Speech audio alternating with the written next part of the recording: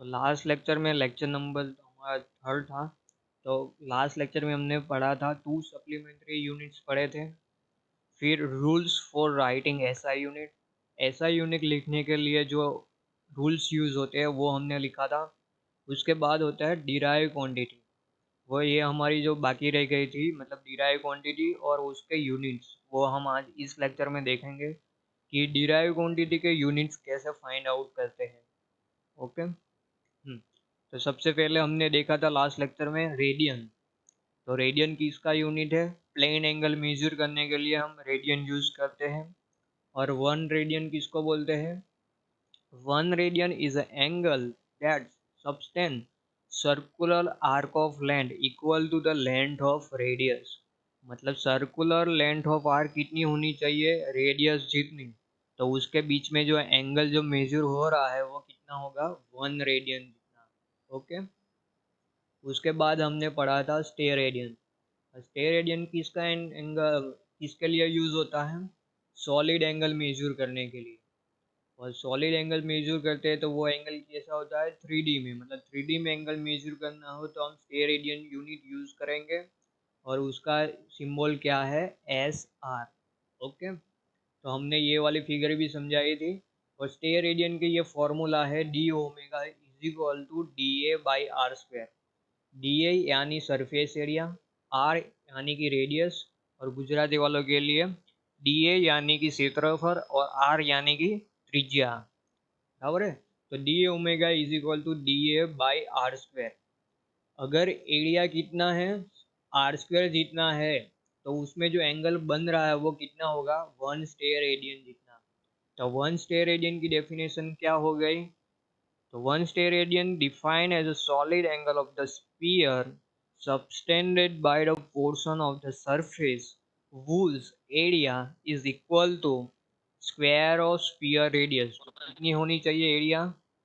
Square of spherical surface. हाँ, बोल सकते हो। किसी को कुछ डाउट हो?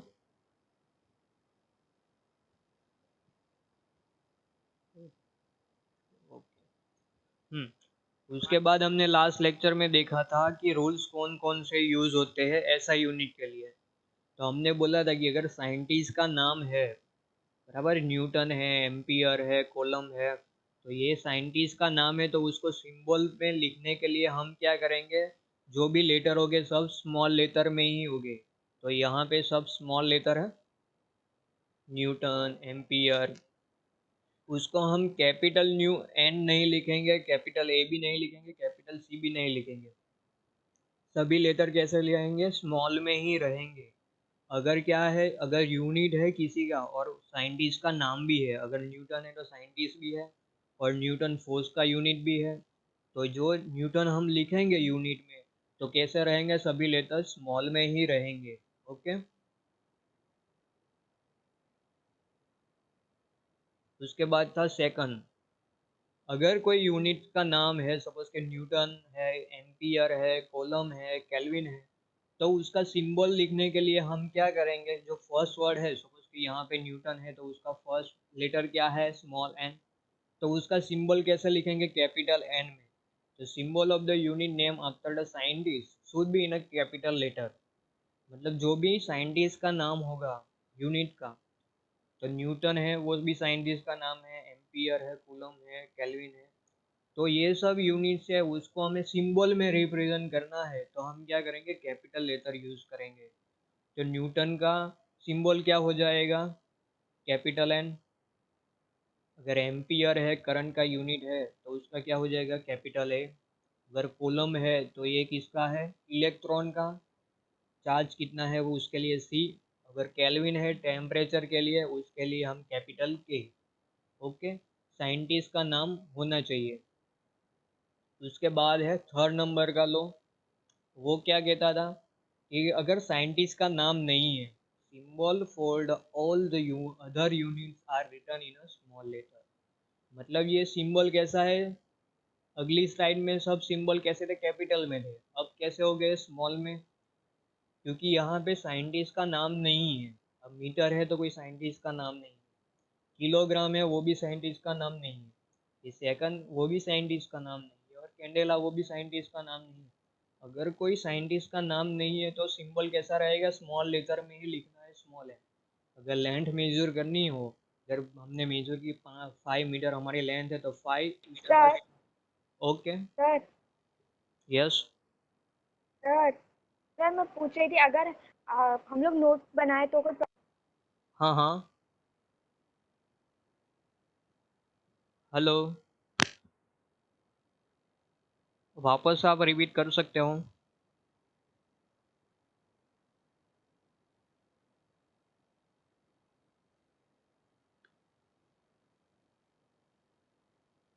आपको आवाज़ आ रही है मेरी?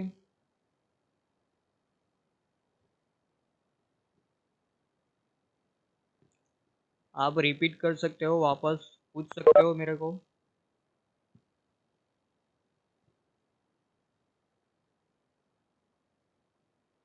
ओके चलो, अब अगर डाउट हो तो आप मेरे को पूछ सकते हो, आपका माइक ऑन करके बोल सकते हो, यहाँ पे कोई डिस्टरबेंस नहीं होगा, आप बोल पूछ नो सकते सर, नो डाउट। हो। हाँ, आप फ्रेंडली पूछ सकते हो कि सर ये नहीं आ रहा है, सर ये मीटर समझ में नहीं आ रहा है, ये सिंबल समझ में नहीं आ रहा है। अगर गुजराती में बोलोगे गुजराती में समझाऊंगा, हिंदी बोलोगे हिंदी में समझाऊंगा, इंग्लिश बोलोगे तो इंग्लिश में समझाऊंगा। ओके, पर आपको फ्रीली पूछ लेना है, फ्रेंडली। ओके। हाँ, तो यहाँ पे मीटर है तो उसका सिंबल स्मॉल एम। अगर किलोग्राम है, हमारा वेट मेजर करते हैं, हम बोलते हैं कि हमारा 30 kg है, 50 किलोग्राम है, 60 किलोग्राम है, तो इसके लिए हम कौन सा यूनिट यूज़ करते हैं, केजी। ओके। उसके बाद टाइम का यूनिट है सेकंड, तो उसके लिए स्मॉल एस। उसके बाद कैंडेला यूनिट है तो उसके लिए सिंबल क्या हो गया, सीडी। ओके।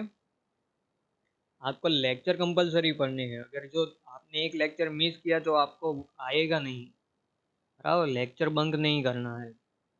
4 नंबर का यूनिट क्या कहता था, मतलब मतलब ये रूल्स क्या कहता था, अगर कोई नंबर है उसके बीच, और ये क्या है, यूनिट, मतलब 10 kg है तो 10 हमारा क्या नंबर है और केजी हमारा यूनिट है, उसके बीच में हमें क्या रखनी है, स्पेस रखनी है। ऐसा नहीं लिखना है 10 kg, हमें क्या करना है, 10 और केजी के बीच में स्पेस रखनी है।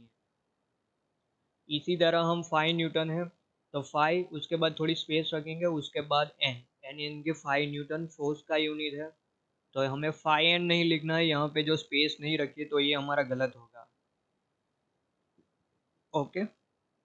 उसके बाद 50 मीटर, अगर कोई है मतलब ट्रेन है तो उसके एक डिब्बे का लेंथ सपोज के 15 मीटर है, तो 15, फिर हम स्पेस रखेंगे, उसके बाद स्मॉल एम लिखेंगे। हम ऐसे 50 मीटर नहीं रखेंगे, यहाँ पे देख सकते हो 50 मीटर की, यहाँ पे 15 और मीटर के बीच में स्पेस नहीं रखी तो वो गलत हो जाएगा। ओके। हाँ, ये पहले बता देता हूँ कि ये रूल्स एग्जाम में नहीं आने वाले, पर ये आपको प्रैक्टिकली यूज़ करने हैं।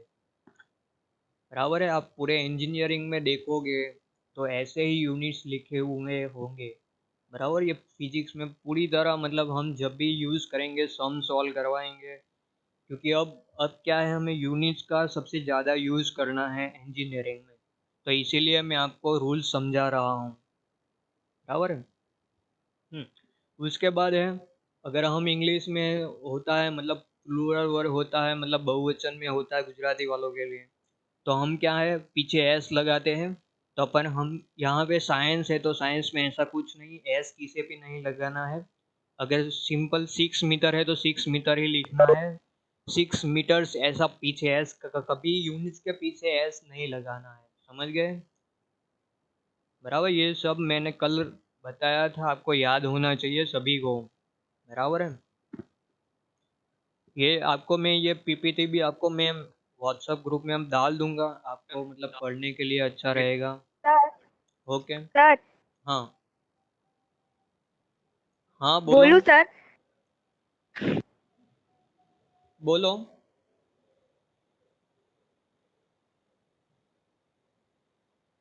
हाँ, તો તમને કોઈ પ્રોબ્લેમ હોય તો બોલો, કોઈને કોઈ ક્વેરી છે, कुछ क्वेरी है किसी को?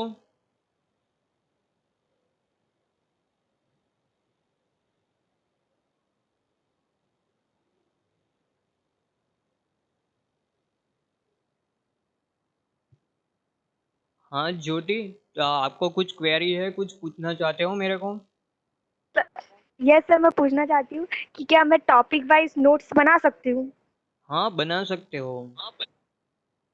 ये ऐसे ये पहले। ये पूरी पीपीटी है, वो भी मैं आपको व्हाट्सएप ग्रुप में दूंगा पूरी।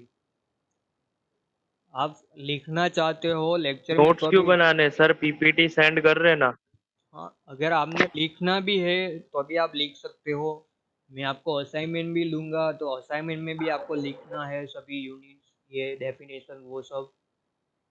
आपको मैं पीपीटी भी दे दूंगा तो आपको सबको इजी रहेगा, क्योंकि आपको लिखना होगा तो वापस टाइम मतलब हमारे लेक्चर का 50 मिनट ही है। तो आपको कैसा करना है, अभी लेक्चर चल रहा है तो आपको सिर्फ टॉपिक का नाम लिख देना है। सपोज कि मैंने ये रूल्स पढ़ाए हैं, तो सिंपल एक एग्जांपल लिख देना है। डेफिनेशन लिखवाई तो यूनिट्स की डेफिनेशन ऐसे लिख देना है। फिर मैंने फिजिक्स की पीडीएफ भी व्हाट्सएप ग्रुप में डाली थी, ये इंग्लिश वालों के लिए है। मैं आज गुजराती वालों के लिए भी पीडीएफ डाल दूंगा चैप्टर 1 के लिए। और ये पीपीटी भी मैं आपको मेल कर दूंगा, तो आप सबको मतलब ये प्रॉब्लम नहीं होगा, बराबर, आप कभी भी पढ़ सकते हो। ओके, तो ये हमारा 6 नंबर का यूनिट है, सॉरी 6 नंबर का हमारा रूल्स है। उसमें क्या है, अगर हमने कभी यूनिट्स लिखा है 7 मीटर है तो उसके पीछे क्या है, डॉट नहीं लिखना। कोई भी यूनिट्स है उसके पीछे क्या है, फुल स्टॉप या पूर्ण विराम नहीं लिखना है, या डॉट नहीं रखना। मतलब यहाँ पे 7 मीटर उसके बाद डॉट रखा है, तो ऐसा नहीं करना है। उसके बाद हम सपोज मान लो कि किसी का वेट, सॉरी किसी को फोर्स हमें लगा रहे हैं 12 न्यूटन का, तो उसके पीछे डॉट नहीं लिखना है, सिंपल 12 न्यूटन लिख देना है। ऐसा नहीं करना है, यहाँ पे 12 न्यूटन लिखा है उसके बाद डॉट लिखा है तो ऐसा नहीं करना, फुल स्टॉप नहीं लगाना है। सिंपल है, ये मैंने कल पूरा एक्सप्लेन किया था। उसके बाद ऐसा है, अगर 4 जूल इंटू सेकंड मतलब ऐसी कोई मतलब है सिंबल, मतलब एक से ज़्यादा सिंबल आ रहे हैं, तो ये दो सिंबल है, मतलब जे यानी जूल का यूनिट है और एस यानी सेकंड का यूनिट है। तो ये दो यूनिट है, तो दो सिंबल के बीच में हमें क्या स्पेस नहीं रखनी है। दो सिंबलों के बीच में हमें स्पेस नहीं रखनी है। यहाँ पे आप ब्लू मार्कर से देख सकते हो, 4 फिर स्पेस रखी है, फिर जू मतलब जे लिखा है, जू जे जे यानी कि जूल का यूनिट है। उसके बाद स्पेस रखी है, उसके बाद सेकंड। तो ये दोनों के बीच में स्पेस नहीं रखनी है, बराबर, नहीं कर वो गलत हो जाएगा। उसके बाद हो गया 19 न्यूटन इंटू मीटर, बराबर, 19 न्यूटन इंटू मीटर। तो न्यूटन और मीटर मतलब एन और एम के बीच में क्या है, स्पेस नहीं रखनी है, बराबर है। तो सिंपल न्यूटन और मीटर साथ में लिख देना है, उसके बाद स्पेस नहीं लिखनी है, बराबर है। ये यूनिट क्यों बता रहा हूँ, क्योंकि आप प्रैक्टिस करोगे तो आपको इजीली मतलब आ जाएगा, क्योंकि ये सब एग्जाम में नहीं आने वाला है कि कैसे लिखना है कैसे, ये रूल्स नहीं आने वाले, पर आपको समझना जरूरी है कि यूनिट्स कैसे लिखे होंगे। अगर आप है मतलब नॉर्मल प्रैक्टिकल है, मतलब सिंपल आप वेफर यूज मतलब वेफर खाते हो तो उसके बालाजी के पैकेट के पीछे लिखा हुआ होगा 35 ग्राम, तो आप देखोगे तो वहाँ पे भी ग्राम मेरे रूल्स के हिसाब से ही होंगे, बराबर है।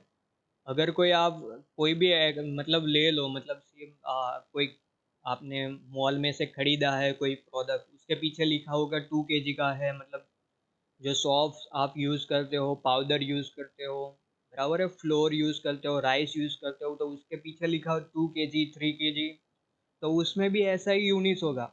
के और जी दोनों साथ में ही होते हैं, वो अलग अलग नहीं होते हैं, बराबर। तो ये सब आपको प्रैक्टिकली देखना है, तब जाके आपको फिजिक्स में ज़्यादा इंटरेस्ट आएगा। ओके, तो ये 7 नंबर का यूनिट था। ओके, ये जो लेक्चर था वो हमारा प्रीवियस लेक्चर था, अब से आज मतलब अभी से हम आज का लेक्चर स्टार्ट करेंगे। तो लेक्चर नंबर 4, तो इस लेक्चर में हम क्या क्या देखेंगे, डिराइव यूनिट्स देखेंगे, और उसमें से यूनिट्स कैसे देते हैं। मतलब डिराइव क्वांटिटी हमने मतलब दो क्वांटिटी होती है, एक होती है फंडामेंटल क्वांटिटी और एक होती है डिराइव क्वांटिटी। तो डिराइव क्वांटिटी में यूनिट्स कैसे देते हैं वो हम बताएंगे। उसके बाद हम यूज़ करेंगे, उसके बाद का टॉपिक है स्केलर क्वांटिटी और वेक्टर क्वांटिटी, ये भी बताऊंगा गुजराती वालों के लिए, सदिश राशि और अदिश राशि, बराबर है। स्केलर क्वांटिटी और वेक्टर क्वांटिटी, गुजराती वालों के लिए सदिश राशि और अदिश राशि, बराबर।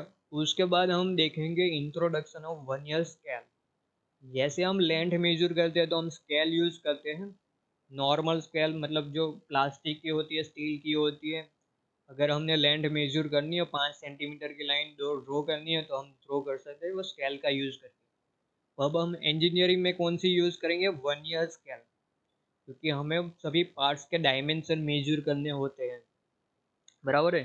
सिविल वाले होते हैं तो उसके लिए बीम की साइज फाइन करनी होती है, ब्रिक मतलब ईट जो होती है, ब्रिक होती है, उसकी डायमेंशन मेजर करनी होती है। तो वहाँ पे वन ईयर स्केल यूज होती है, सबसे ज़्यादा यूज होने वाला इंस्ट्रूमेंट है, तो वो हम देखेंगे, बराबर है। ये है, ये सब क्वांटिटी है, ये आपको टेबल दिख रहा होगा। तो ये सब क्वांटिटी है, वो सब डिराइव क्वांटिटी है, क्योंकि मैंने बताया था सबसे पहले लेक्चर में, डिराइव क्वांटिटी यानी वो क्वांटिटी जो वो दूसरी क्वांटिटी पे डिपेंड करती है, तो उसको हम क्या बोलेंगे, डिराइव क्वांटिटी। तो डिराइव क्वांटिटी कौन कौन सी है, area, volume, density, velocity, velocity यानी वेग, बराबर, एक्सेलरेशन यानी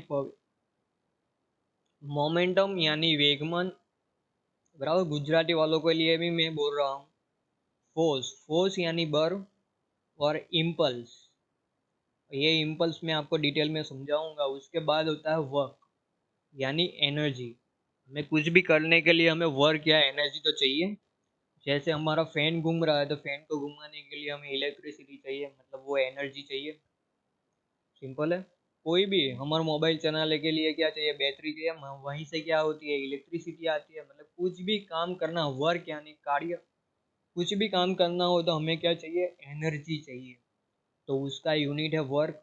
तो उसका भी हम यूनिट देखेंगे कि किस पे डिपेंड है, बराबर है। मैं पूरा समझाऊंगा, अभी आपको सिर्फ सुनना है।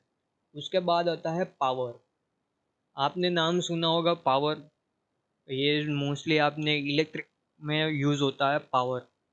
पावर क्या है कि अगर किसी को हमें क्या करना है, वर्क करना है, हम जाते हैं, मतलब हम नॉर्मली बोलते हैं अगर घर में लाइट चली जाए तो हम बोलते हैं कि पावर चला गया, बराबर, ऐसा यूज़ करते हैं।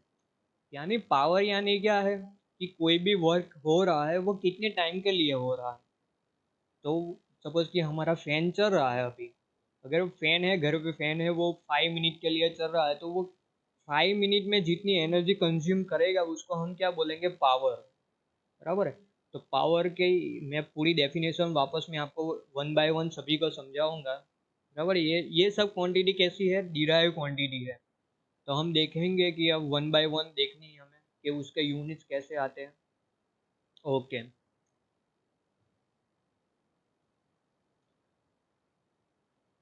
तो सबसे पहले था एरिया। एरिया यानी क्षेत्रफल। तो सपोज कि अपनी मोबाइल की डिस्प्ले है, तो मोबाइल की डिस्प्ले पे क्या होता है, एक लेंथ होती है और एक विड्थ होती है। तो वो हम किस में मेजर करते हैं, इंच में मेजर करते हैं। आप मोबाइल लेते हो तो आप वहीं पे लिखा हुआ होता है कि आपकी 6 इंच की डिस्प्ले होगी, बराबर है। तो हम क्या करते हैं, एक लेंथ मेजर करते हैं और विड्थ मेजर करते हैं। अगर बड़ा वाला एरिया, अगर घर का एरिया मेजर करना हो तो हम लेंथ मेजर करेंगे मीटर में और विड्थ मेजर करेंगे मीटर में। तो सिंपल है, लेंथ का ऐसा यूनिट क्या है, मीटर। और विड्थ, विड्थ भी हम किस में मेजर करेंगे, विड्थ यानी कि पौड़ाई, वो भी हम मीटर में ही मेजर करेंगे, उसका ऐसा यूनिट मीटर ही है। तो मीटर इंटू मीटर, तो उसका क्या हो जाएगा, मीटर स्क्वायर। तो मतलब एरिया का ऐसा यूनिट क्या हो गया, मीटर स्क्वायर। अगर कभी भी आपको एरिया डिफाइन करना हो तो उसका सिंबल उसके साथ लिखना है। सपोज कि मेरा घर का एरिया अब 15 मीटर स्क्वायर है, बराबर। तो सिंपल मैं 50 लिखूंगा, उसके बाद मीटर स्क्वायर लिखूंगा। ये जो 2 लिखा है ना उसको स्क्वायर बोलते हैं, तो मीटर स्क्वायर बराबर मीटर स्क्वायर। तो ये एरिया का यूनिट है। अगर कोई किसी का हमें वॉल्यूम फाइन करना हो, बराबर है। अब हमारा घर है, सपोज कि आप जो रूम में बैठे हो तो उसकी क्या होती है, लेंथ भी होती है, हाइट भी होती है, और विड्थ भी होती है, बराबर। लंबाई भी होती है, पौड़ाई भी होती है, और ऊंचाई भी होती है। तो लेंथ का ऐसा यूनिट क्या है, मीटर। हाइट का ऐसा यूनिट भी मीटर में ही हम मेजर करते हैं। और विथ भी मीटर में ही मेजर करते हैं। तो उसका सिंबल क्या हो गया मीटर का एम, ये वाले मीटर का एम और इसका भी एम। तो उसका क्या हो गया मीटर यानी 3 यानी कि क्यूब, तो उसको हम क्या बोलेंगे मीटर क्यूब। तो वॉल्यूम का ऐसा यूनिट क्या हो जाएगा मीटर क्यूब, बराबर है। वॉल्यूम जहाँ भी लिखा होगा, वॉल्यूम यानी क्या बोलते हैं गुजराती में वॉल्यूम ना क्या भाई, वो ना आवाज नहीं, वो कद बोलते हैं, वॉल्यूम को कद बोलते हैं, बराबर 3 डायमेंशनल में। तो वॉल्यूम का यूनिट है मीटर क्यूब। ओके, तो एरिया यानी कि क्षेत्रफल का यूनिट हो गया मीटर स्क्वायर और वॉल्यूम का हो गया मीटर क्यूब। ये सबसे ज़्यादा इम्पोर्टेंट है, ये सभी यूनिट एग्जाम में आएंगे ही। आपकी एमसीक्यू एग्जाम होगी, डिस्क्रिप्टिव एग्जाम होगी, तो सभी में पूछेंगे ही, बराबर है। तो आपको याद रखने हैं। उसके बाद आता है डेंसिटी। डेंसिटी यानी मास डिवाइड बाय वॉल्यूम। अब डेंसिटी को गुजराती में बोलते हैं घनता, बराबर है। तो डेंसिटी की ये फॉर्मूला है, density is equal to mass divide by volume.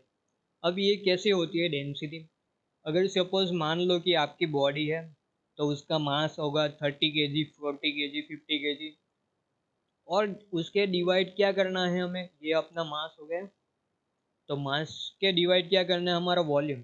अगर हमारा वॉल्यूम यानी हमारा कद कितना है, तो हम वॉल्यूम मेजर करेंगे और यहाँ पे लिख देंगे, तो हमारी बॉडी की क्या हो जाएगी डेंसिटी मेजर हो जाएगी।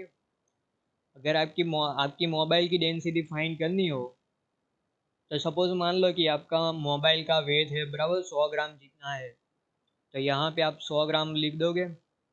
उसके डिवाइड बाय आपका मोबाइल का वॉल्यूम, सपोज कि मैंने मान लिया कि 50 मीटर स्क्वायर या 50 सेंटीमीटर क्यूब होगा, क्योंकि वॉल्यूम किस में मेजर करते हैं मीटर क्यूब में।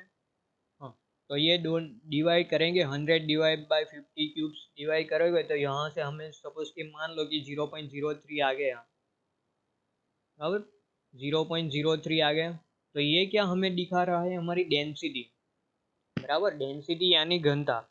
तो उसका ऐसा यूनिट फाइंड करना है, तो density is equal to mass divide by volume. तो मास किस में मेजर करते हैं, मास का ऐसा यूनिट क्या है, मास का ऐसा यूनिट क्या होता है, माइक ऑन कर से बोल सकते हो।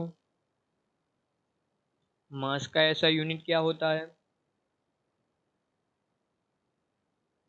किलोग्राम, किलोग्राम होता है मास या, किलोग्राम हाँ किलोग्राम। किलोग्राम। और वॉल्यूम का ऐसा यूनिट क्या होता है,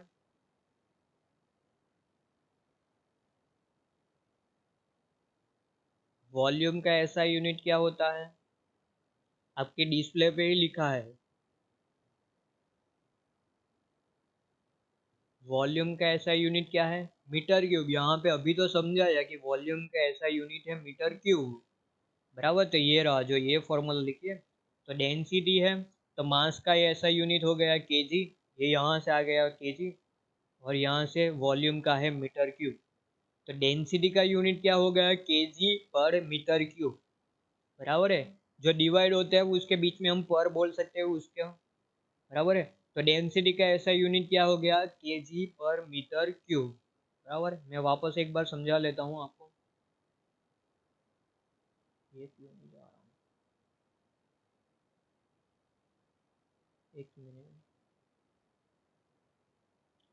मैं आपको वापस समझा देता हूँ। मास का ऐसा यूनिट क्या है केजी, और वॉल्यूम का ऐसा यूनिट क्या है मीटर क्यूब। तो बस ये वाली फॉर्मूला में मैंने वही लिखा है, डेंसिटी इक्वल टू केजी पर मीटर क्यूब। तो ये डेंसिटी का ऐसा यूनिट हो गया। ओके,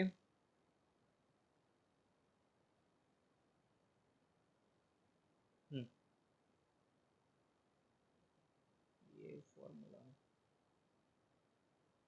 ये वेलोसिटी वाले में कुछ प्रॉब्लम हो गया, ये दिख नहीं रहा।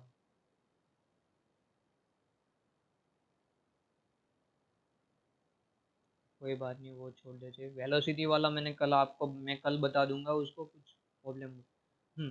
उसके बाद होता है एक्सेलरेशन। एक्सेलरेशन पता है क्या होता है गुजराती वाला માટે प्रवेग, बराबर। प्रवेग શું હોય છે और बाकी सब के लिए एक्सेलरेशन क्या होता है definition tell me something about the acceleration. दिखा तो है डिस्प्ले पे, आप सभी को नहीं दिख रहा? Acceleration is equal to velocity divide by time. आपको मेरी बाय आवाज टाइम। आ रही है? यस सर, आ रही है। ओके। हाँ, तो एक्सेलरेशन क्या है होता है मेरे को बताओ।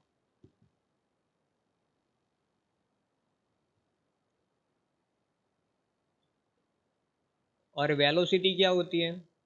गुजराती वारा में वेग, बराबर है। वेलोसिटी क्या होती है? एक।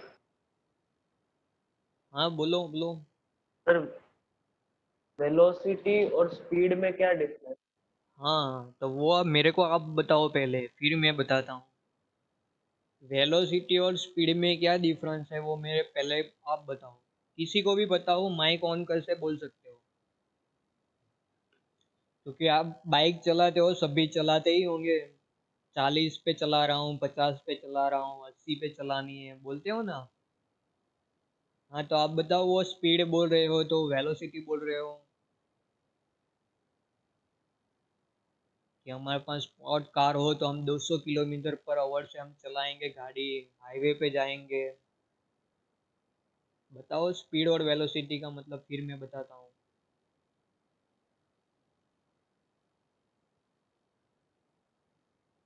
ओके चलो मैं बताता हूँ। अब स्पीड होती है, स्पीड क्या यानी एवरेज स्पीड बोलते हैं, एवरेज स्पीड। अगर आप सपोज कि मान लो, ये क्वेश्चन किसने पूछा था? हर्ष ने पूछा था ना, शायद हर्ष ने ही पूछा था। सर। चलो, हाँ। सपोज मान लो कि हर्ष अभी बाइक लेके जा रहा है, उसके घर से कॉलेज आ रहा है। तो उसके सपोज कि मान लो कि उसके घर और कॉलेज के बीच का डिस्टेंस कितना है, सपोज यानी 100 किलोमीटर है, बराबर है। तो ये अब मैंने यहाँ पे लिख रहा हूँ, स्पीड पहले बता रहा हूँ। तो स्पीड की फॉर्मूला क्या होती है? Distance divide by time. Suppose कि उसके घर और हमारी कॉलेज के बीच का डिस्टेंस कितना है? 100 किलोमीटर है। Distance divide by. हाँ। बराबर है। उसका घर और कॉलेज के बीच का डिस्टेंस कितना है? 100 किलोमीटर है। और उसको आने के लिए सपोज कि 3 घंटे लग गए। उसके घर यानी हाउस से अपने कॉलेज को आने के लिए कितने आवर लग गए? 3 घंटे लगे, यानी 3 आवर। और उसको कितने दूर है? 3 किलोमीटर। तो ये कितना हो गया? Thirty 100 three kilometre 33 kilometre per hour हमारी क्या हो गई? स्पीड हो गई 33 किलोमीटर पर स्पीड हो गई। आवर। ये हमारी क्या हो गई? स्पीड। आप जब आओगे, बराबर, आपके घर से कॉलेज तक, तो तब आपकी बाइक की स्पीड 33 किलोमीटर पर आवर ही रहेगी। स्पीड तो चेंज होती रहेगी ना। अगर सपोज मान लो कि कुछ खड्डा आ गया तो आपने ब्रेक लगा दी तो कम हो गई।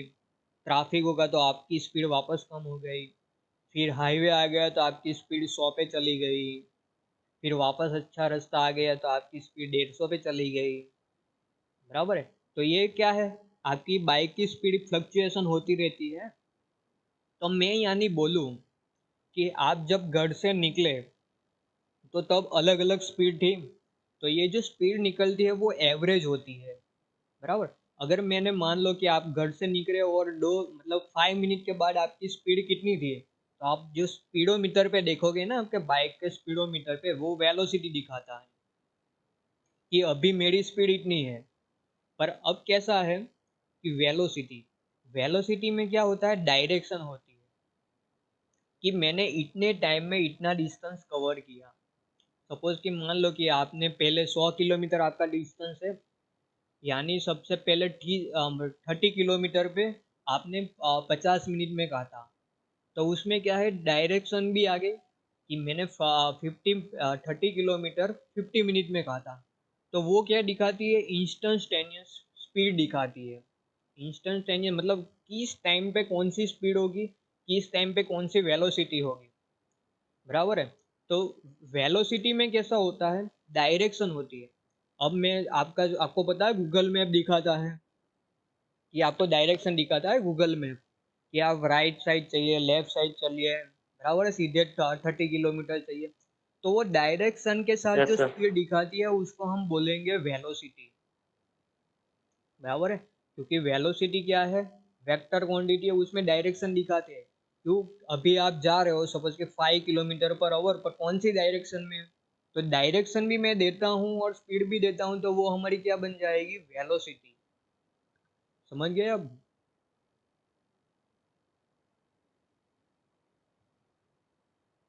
ओके। और किसी को कुछ यस सर। पूछना है? Thank you. और किसी को कुछ पूछना है? ओके चलो। तो वेलोसिटी हमारी क्या हो गई, तो वेलोसिटी का यूनिट क्या होगा, वेलोसिटी यानी डिस्प्लेसमेंट, यहाँ पे क्यों लिख नहीं रहा, हाँ, velocity v is equal to displacement, Gujarati वाला माटे स्थानांतर। यार ये एक मिनट है, यहाँ पे कुछ प्रॉब्लम हुआ, लिख नहीं पा रहा हूँ।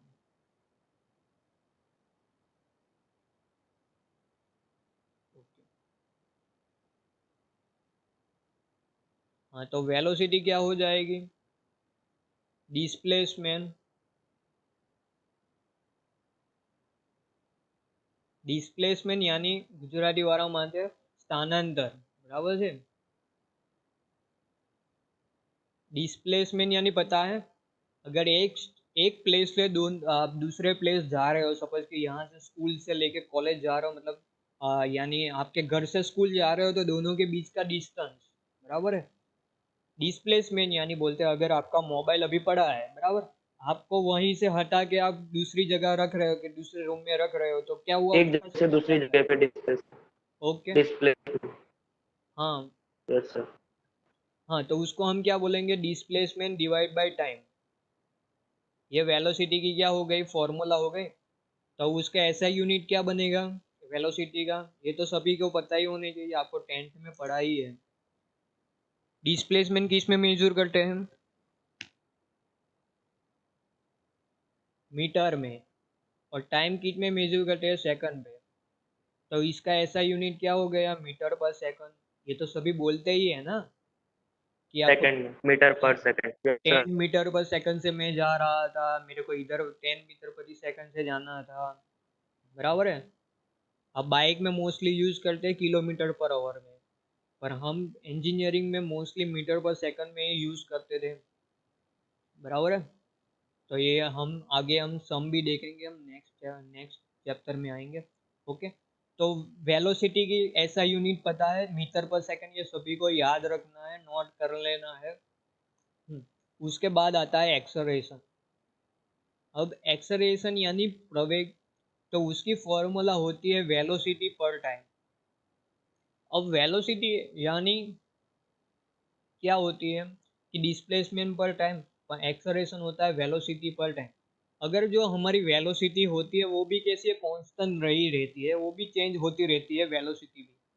अब वेलोसिटी में कितना चेंज हुआ with respect to the time, तो वो हम किससे डिनोट करते हैं, एक्सेलरेशन से।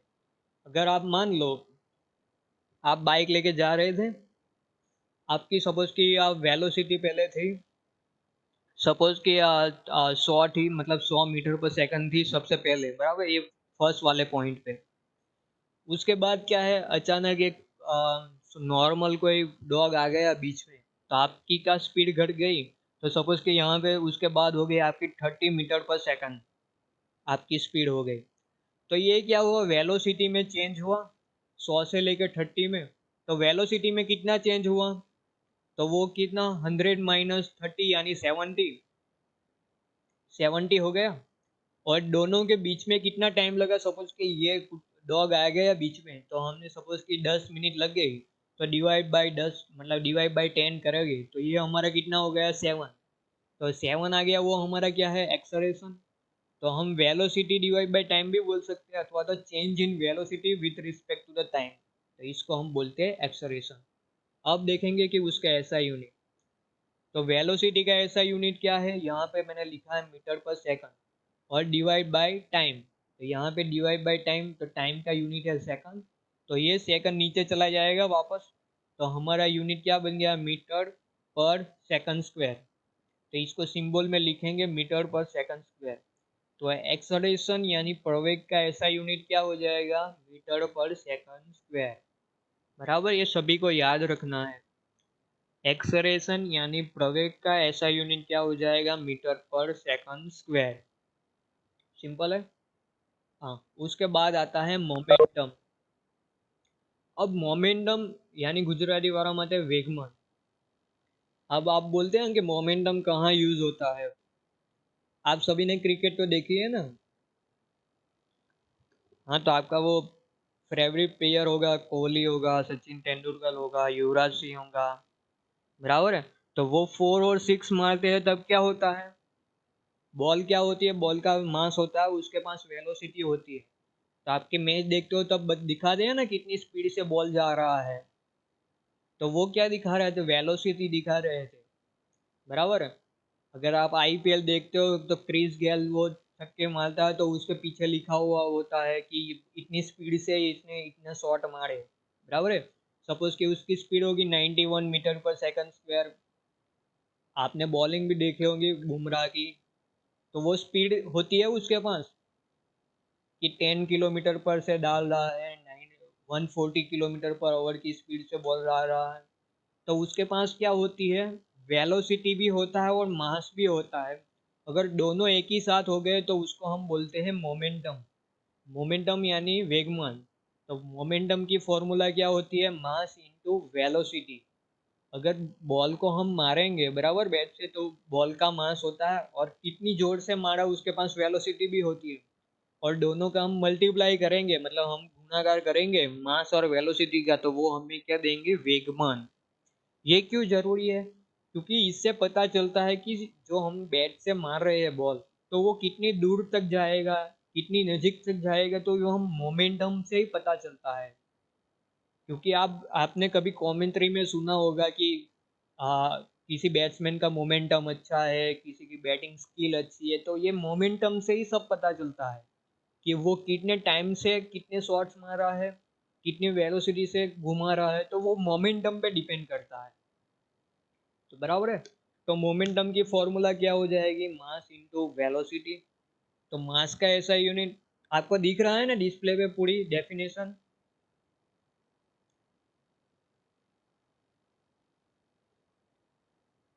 आप सुन सकते हो मेरी वॉइस, उसकी आवाज नहीं आ रही। જેમિન કેયુર રોહિત, મારો અવાજ આવે છે તમને, सर। આવે છે ને आपने। Yes sir. हाँ। ओके ओके ओके, मैं को सो तो नहीं गए ना।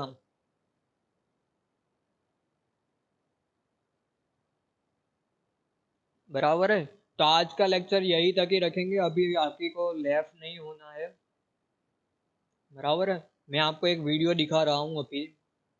आप पहले मैं आपकी अटेंडेंस ले लेता हूँ। इसके बाद आपको एक वीडियो में दिखा रहा हूँ, वो सबसे इम्पोर्टेंट वीडियो, वो हम लास्ट लेक्चर में पढ़ेंगे। एक ही मिनट।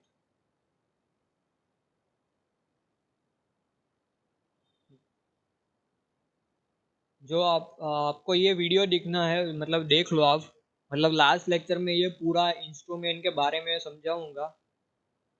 ये 1 ईयर कैलिपर है, उसके लिए वीडियो है, एनिमेशन वीडियो, आप देख लीजिए मैम। उसके बाद आपको दिखाऊंगा, आपको मतलब लास्ट लेक्चर में बताऊंगा मैं।